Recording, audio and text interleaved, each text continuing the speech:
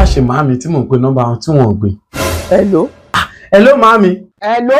Kí ló dé, kí ló ń ṣe yín? Èmi ò mọ̀ o. Ta lẹ̀ ń bínú sí? Àrẹ̀mú dẹ̀ fi mí lẹ̀ sórí ìjókòó, ó dẹ̀ bínú jáde. Kò yẹ kẹ́ bínú sí wọn. Inú dẹ̀ ń bí mi lọ́wọ́lọ́wọ́ báyìí. Tó bá jẹ́ pé Honorable Yẹmí Àlí lẹ pè ní, wọ́n máa gbé nọ́mbà yín lọ́kàn.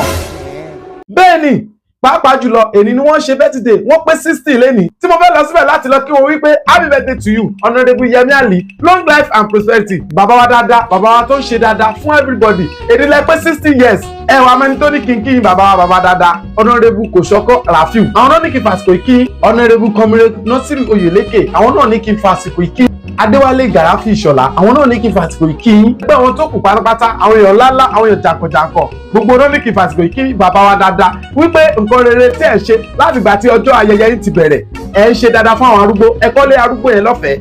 Ẹ tún fún ọ lówó iná mọ̀nàmọ́ná ẹ tún ṣe sí street fún gbogbo àwọn èèyàn. Wọ́n ní kí n fàsìkò kí nǹkan mèremère owó sálárì tẹ́ tún fún àwọn arúgbó. Èní tẹ́ pé 60 years ẹ ní ṣe nínú àárẹ̀ ẹ ní ṣe nínú ìbànújẹ́. Honorable Yẹmí Àlí èní tẹ́ pé 60 ẹ ní ṣe nínú ìbànújẹ́ ẹ ní ṣe nínú àìsàn ẹ ní ṣe nínú ìkorò ẹ ní mokoro. Ìdùnnú ló máa jẹ́ tiyín lórí ẹni tó bá ṣe ń ṣe nǹkan rere fún àwọn tiẹ̀. Ìdùnnú ló máa jẹ́ tiẹ̀ o. Gbogbo nǹkan tẹ́ ń ṣe fún àwọn ẹgbẹ́ arúgbó pátápátá gbogbo ẹ̀ náà là ń gbọ́ gbogbo ẹ̀ náà là ń rí o. Àwọn ọmọ ẹgbẹ́ yín ní ká kí wípé àwọn ò respect bẹ́ẹ̀ máa ṣe nǹkan takuntakun bẹ́ẹ̀ nǹkan tí wọ́n béèrè lọ́wọ́ yín gan ẹ̀ ń ṣe fún wọn ẹ̀ ń fún wọn lówó ẹ̀ ń fún wọn ní rice ẹ̀ ń fún wọn nílé. Happy birthday to you sir, long life and prosperity.